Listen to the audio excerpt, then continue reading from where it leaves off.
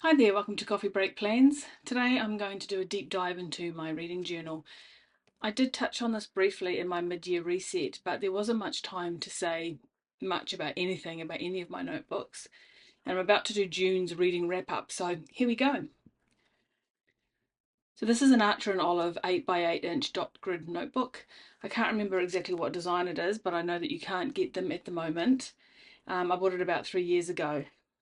For years while bullet journaling, I have been including a spread of my favourite book series in order. And I do this right up front year after year. But once I started this reading journal in 2024, the first thing I did was repeat this, and then I expanded it to a whole bunch of extra series that I quite enjoy, and then I have a little bit of room to spare. So for 2024, I set up a few goals here. Then I had this little grid here of each book that I read, and I decided to track what format I read it in, whether it was Kindle, hard copy, borrowed, or the library. I then had a Read the Rainbow spread, which I managed to finish by the end of the year. Book bingo, so I picked 9 different themes. So I had a whole bunch of these, and then I managed to read my way through that. I also did a book bracket, and I will explain how these work a little bit further on. And then, of course, every year I always keep an overall list of every single book that I've read. In this particular year, I started off by tracking what genre they were in. So I got sick of it around about the middle of the year by the looks, so I stopped doing it. And then I did a book matrix, and I actually did the matrix part of it on my computer, and then just wrote the top 10 list, and I will explain how this works later as well. Then I would set up each month with a month view tracker and a to be read list, and then I would normally take photos of books that I'd bought and my to be read list, both the on Kindle and the in hard copy versions. And then I'd get to the actual review part where I would print, this is using my Sprocket HP printer, I'd print a photo of each book cover and I'd write, as you see, about a half a page, and then I'd give it a bit of a rating. So around about August was when I was starting to get a little bit fed up with the whole thing. I clearly just stopped caring about it, and I reduced how much I was writing for each one. Here we are in September. I did a little bit of decoration, started to get back into the prettiness again, because I was no longer doing the monthly layout. And then here is where I finally had enough of doing pages and pages and pages of layouts and setups and tapes and writing a heap of stuff. So all I did was a simple to be read down the right hand side here, and I had 5 whole books, and there's me reading them over here. So I know that there are people who get really into their reading journals. They do reviews based on a specific system, they analyze each book in detail, and they go to a lot of trouble, and they do a whole spread for most, if not all, of the books that they read. But there's so many books that I read in a year, and I'm so pushed for time with what I do now, I cannot see the appeal in spending time laboriously assessing each book. I barely had time to do these spreads that I did and the reviews that I did. I didn't really want to add to it. So I like my journal to be useful and, in this case, pretty, but once it becomes a burden, it drops away. So this year I simplified everything. So I just turned to the next page, used the Dutch door to set up my goals for 2025. So there's a few annual goals here, and then I have a few some rough monthly themes, and then I set out the monthly themes over here, and then I just decide on what I'm going to do as I get to them. So here is my book bracket, and I will explain how it works now. Every month you pick out your favourite book. So this is January, February. And so my favourite book in January was Everyone on this Train is a Suspect. My favourite book in February was Did I Ever Tell You This?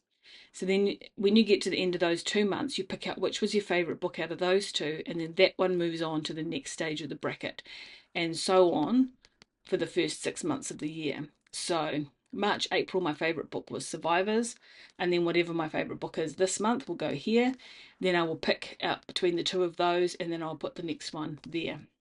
Well, the first half of the year, you end up with 3 books.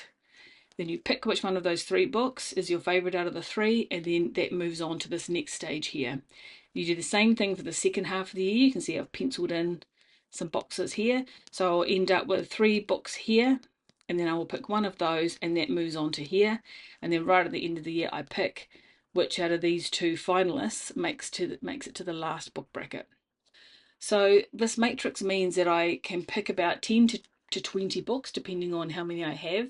I can pick 10 to 20 books that I love during the year, and then I compare each book with every single other one on that list.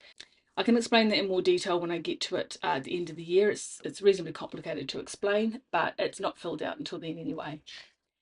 I then did some waterfall tabs. This is for my overall list of books read. So I list each book read with its author, and I do that for the entire year. And I've just done a few of these nice little waterfall tabs here. I'm currently up to number 51. Each month, again, as I say, I've simplified it a lot. I just do a simple Dutch door with the month on it, and then I do a to be read list. I print out the photo of the cover, and I do a very brief assessment of what I thought of the book. As I go through, I highlight each book as it's read, and I have a main to be read list and then the bonus reads, because I always tend to go off track partway through the month. I don't have any hard and fast rules for my reading, it's just reading, and if I change my mind and I'm not in the mood for a particular theme or a particular book that I've highlighted that I want to read, so be it. So now I'm going to put together my June pages. I have all my book covers of everything that I've read here. So all I need to do now is glue in my book covers and then write a small blurb on what I thought, and then we're good to go. All I do for this is find an arrangement that looks nice and leaves me a bit of room to write something on each book. There's not a lot of room on the page for variation when it comes to where to put book covers, and 6 books is about the limit before it starts to get quite squashed. Once I find a configuration I like, and this month I've just left everything in straight lines, I write a wee blurb on each book. The top left is usually where I put the top read of the month, and the top right is where I put the runner-up, and everything else just goes in whatever order it happens to fall in. As you can see, I don't write a lot on each book, just a gut feel and an overall impression about the book, and I no longer bother with any 5-star rating. So that concludes my little reviews here. So 6 books this month. So now what I'm going to do is go to what's the next month? July. Yeah, it is July, just confirming. So I'm just going to turn to July, and I have some penciled in books that I'm going to read. So I'm just going to set about doing that now. You'll see here I divide my TBR into several categories. My annual goals go at the top. This year I am reading all of the Trixie Beldens because reasons. 3 a month, I've calculated, will get me through the whole 34 with just a couple in December when I'm quite busy on holiday. Then the main monthly theme follows that, which is a bunch of borrowed books this month that are sitting on my bedside table, and I want to read them and get them back to the owners. I always have a few spares listed at the bottom, and I usually leave a little bit of room at the bottom as well for anything else that might pop up during the month. So June is all finished. I finished all of those books. July is all set up, ready to go. And the last thing I need to do is pick my book of the month, which I've picked He Would Never by Holly Wainwright, and write it in to my book bracket. Ta-da! When I'm filling out my book bracket, I match the book of the month to the tape that I used to decorate that particular month. Then when I pick which book progresses to the next stage, I do the same. I used white stickers here to write the book titles on this tape, as it's really hard to read, but I decided it looked awful, so I ended up just taking them off, and I used a calligraphy pen to write them in. And you'll see that this month, Coastliners by Joanne Harris, which I read in May, progresses to the next stage. Because this half of the year is over, I've also picked my favourite book out of the 6 months, and you can tell early on, simply because of the type that I'm using, which one I've picked. I decided that The Survivors by Jane Harper was the best book that I've read for the first half of this year. Once all that was done, I was all wrapped up for June and for the first half of the year, so I put the journal away until next month. Hope you've enjoyed it, and I'll see you in the next video.